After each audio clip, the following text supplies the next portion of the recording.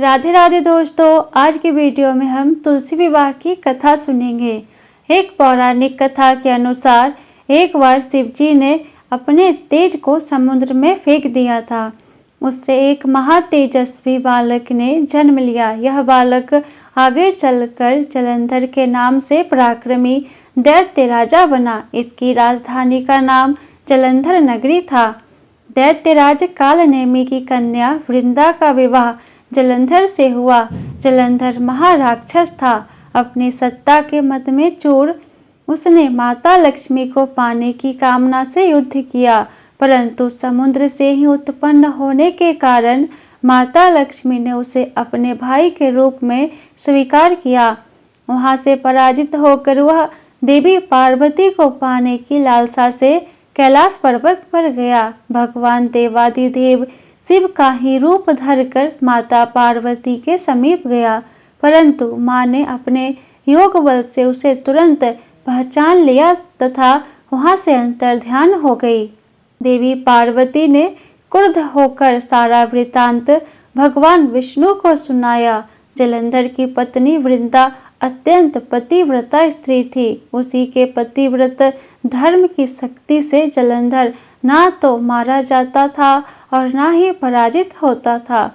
इसलिए जलंधर का नाश करने के लिए वृंदा के पतिव्रत धर्म को भंग करना बहुत जरूरी था। इसी कारण भगवान विष्णु ऋषि का वेश धारण कर वन में जा पहुँचे, जहाँ वृंदा अकेली भ्रमण कर रही थी।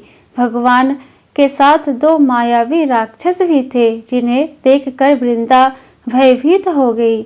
ऋषि ने वृंदा के सामने पल में दोनों को भस्म कर दिया। उनकी शक्ति देखकर वृंदा ने कैलाश पर्वत पर महादेव के साथ युद्ध कर रहे अपने पति जलंधर के बारे में पूछा। ऋषि ने अपने माया जाल से दो वानर प्रकट किए। एक वानर के हाथ में जालंधर का सिर तथा दूसरे के हाथ में धर। अपने पति की यह दशा देखकर वृंदा मूर्छित होकर गिर पड़ी। होश में आने पर उन्होंने ऋषि रूपी भगवान से विनती की कि वह उसके पति को जीवित कर दे। भगवान ने अपनी माया से पुनः जलंधर का सिर धड़ से जोड़ दिया, परंतु स्वयं भी वह उसी शरीर में प्रवेश कर गए। वृंदा को इस छल का जरा भी आभास न हुआ। जालंधर बने भगवान के साथ वृंदा पतिव्रता का व्यवहार करने लगी, जिससे उसका सतीत्व भंग हो गया। ऐसा होते ही वृंदा का पति जालंधर युद्ध में हार गया।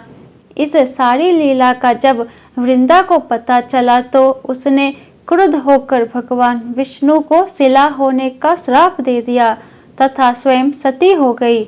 जहाँ वृंदा भस्म हुई वहाँ तुलसी का पौधा उगा।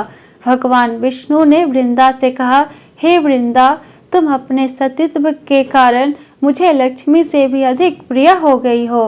अब तुम तुलसी के रूप में सदा मेरे साथ रहोगी।